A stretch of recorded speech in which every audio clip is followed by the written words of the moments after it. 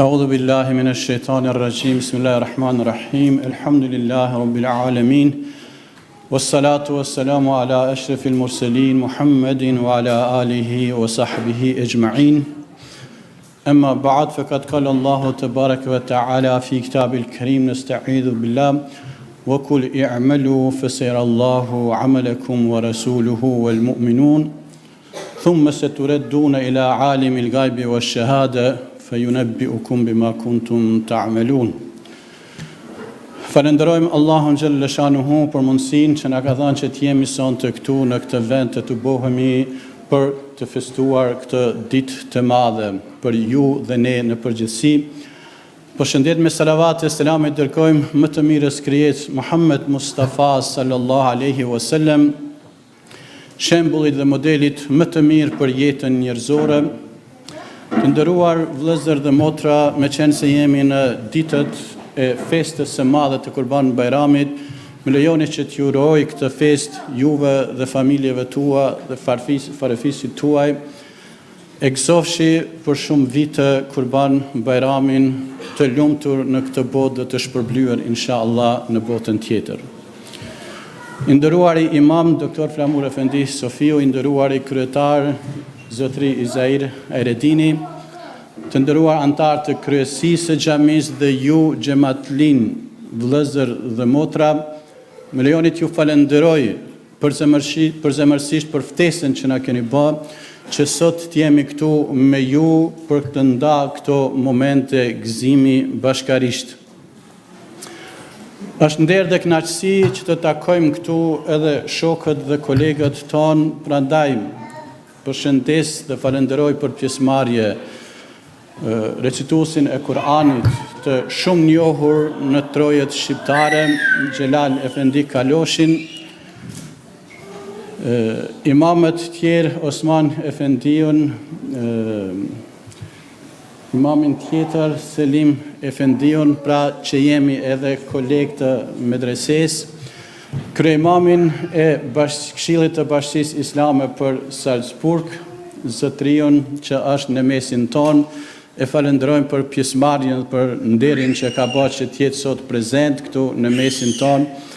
E kuptoj pak që është e mërzitshme për ta që ne flasim shqip dhe ndoshta nuk na kupton, por shpresoj që të përfitojnë nga leximi i Kur'anit dhe nga prezenca juaj këtu.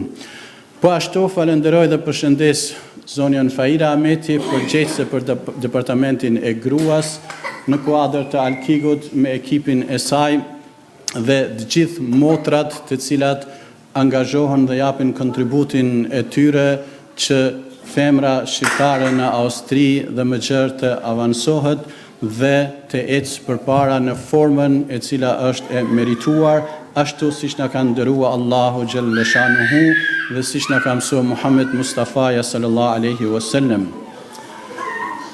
Me lejoni t'ju uroj 20 vjetorin, pra për vjetori juaj më rikujton edhe për vjetorin tim në Austri, sepse edhe unë në vitin 2005 kam marrë këtu dhe tash i mbush 20 vite në Austri. Nëse e llogarisim pa e bërë matematik, mendojmë se është kohë e shkurt, mirë po kanë kaluar bukur disa vite. Prandaj, kjo datë dhe ky përvjetor për ju dhe për ne është më rëndësi të veçantë, sepse argumenton që shqiptarët, ashtu siç e përmendi hoxha i nderuar, rolin e xhamisë e kanë kuptuar dhe edhe përkundër vështirësive të cilat i kemi, megjithatë xhamia është në rend të parë dhe tash kemi gati në çdo qytet të Austrisë xhamit tona shqiptare dhe ato edhe prona të xhamateve tona. Pra në këtë xhami më kujtohet kur kemi ardhur në fillim. Tamam, edhe xhamin nganjëherë janë sikurse fëmijë që fillojnë të vegjë dhe pastaj shkojnë duke u rritur dhe duke u zhvilluar dhe duke e mri kulminacionin e tyre. Pra ne u takuam në një hapësirë të vogël, por shumë të bereqetshme, që për një kohë të shkurtër u zgjerua dhe kontributi i saj nuk ishte vetëm në ruajtjen dhe kultivimin e fjalës së Allahut xhalla shanuhu dhe mësimeve të pejgamberit alayhis salam, por në xhamit tona mësohet feja, mësohet gjuha, ruhen vlerat tona fetare, kulturore, flitet dhe këndohet shqip, prandaj kjo është e rëndësishme e veçantë, cilën ne nuk duhet ta harrojmë.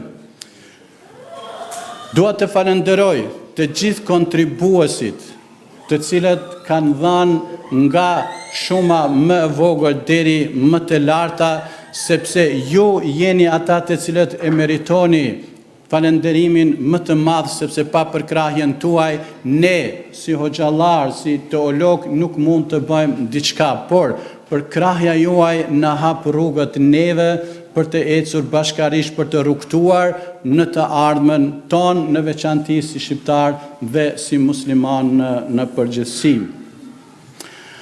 Kushtet të cilat i kemi krijuar, modeste për nevojat tona, në të njëjtën kohë na obligojnë që të jemi syqel dhe të vetëdijshëm për vendin dhe rrethanat ku jetojmë, sepse kemi obligime. Allahu xhalla shanuhu neve na ka obliguar me obligime, duke filluar obligime ndaj Allahut, ndaj pejgamberit, pastaj ndaj vetvetes, ndaj prindërve të afërmeve, farefisit dhe shoqërisë në përgjithësi, shtazëve, natyrës e kështu me radhë. Pra, një paket obligimesh dhe ne nuk duhet të harrojmë sepse kemi obligime edhe ndaj shoqërisë. Është obligim për ne të integrohemi këtu, të jemi pjesëmarrës në iniciativa dhe aktivitetet shoqërore që bëhen brenda institucioneve, qofshin ato komunale në kuadër të komunës së Salzburgit apo regionale, edhe më gjerë, pra si shqiptar duhet të jemi shembull për shoqëri aktive dhe e integruar në këtë vend ku jetojmë. Prandaj edhe ne në emër të Alkigut falenderojmë institucionet vendore këtu për përkrahjen dhe në të njëjtën kohë kërkojmë edhe nga ju, nga kryesia, imami dhe ju si xhamatlin që të jeni aktiv dhe të jeni shembull, sepse ne si shqiptar krenohemi kado që shkojmë për bashkëjetesë, sepse për ne nuk është e re të bashkëjetojmë me jo musliman, edhe në trojet tona, fqinjet tanë, shokët e punës, pra në për shkolla dhe çdo kund tjetër kemi qenë të përzier dhe dim të jetojmë të përzier dhe dim të nderojmë edhe të tjerët, prandaj edhe këtu këtë virtyt duhet ta ruajmë dhe ta kultivojmë edhe më tej. Xhamia nuk është vetëm për të falur, por ashtu siç e përmendi doktor Flamuri, ka shumë obligime, dalin shumë obligime. Në përgjithësi muslimanët, por ne këtu në diasporë në veçanti kemi disa rrethana të cilat na rrezikojnë disa gjëra më shumë, siç është ai fetar dhe kombëtar, dhe xhamia është institucioni ndër institucionet më të rëndësishme, ose nëse mund të themi i vetëm që ruan këto vlera, sepse dyert e xhamisë janë të hapura dhe pjesëmarrja në xhami është e madhe në krahasim me organizata tjera dhe iniciativa tjera, prandaj ne si musliman e kemi përgjegjësi të ruajmë edhe kombin ton. Ju e dini se shumë gjak është derdhë nga shqiptarët për të ruajtur vendin ton dhe vlerat tona, prandaj edhe ne e kemi obligim derisa vëllezërit dhe motrat tona në kohra lufte dhe nën pushtetet e hekurta nuk janë dorëzuar, ne nuk guxojmë në kohë të paqes dhe në rrethanat e një mirëqenie mesatare të këndshme të humbim vlerat tona fetare dhe kombëtare. Prandaj këto mund të ruhen vetëm nëse ne jemi syqel dhe sy hapur. Prandaj unë apeloj vazhdimisht dhe po ashtu po apeloj edhe këtu të ju.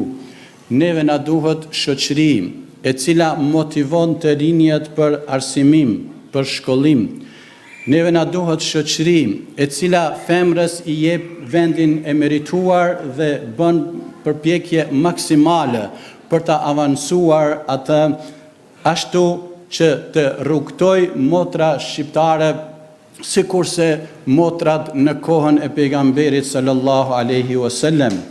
Fatkeqësisht ne kemi zëra edhe sot, nga njëherë edhe nga hoxhallarët që femrat letëri në shtëpi, por unë dua t'ju them se koha që femrat të mbyllet në shtëpi ka kaluar. Ajo është çdo kund anë mban botës në përbot. Prandaj ne nuk mund t'ja humbim të drejtë femrës shqiptare. Neve na duhen modele të Hatixhes radiallahu anha.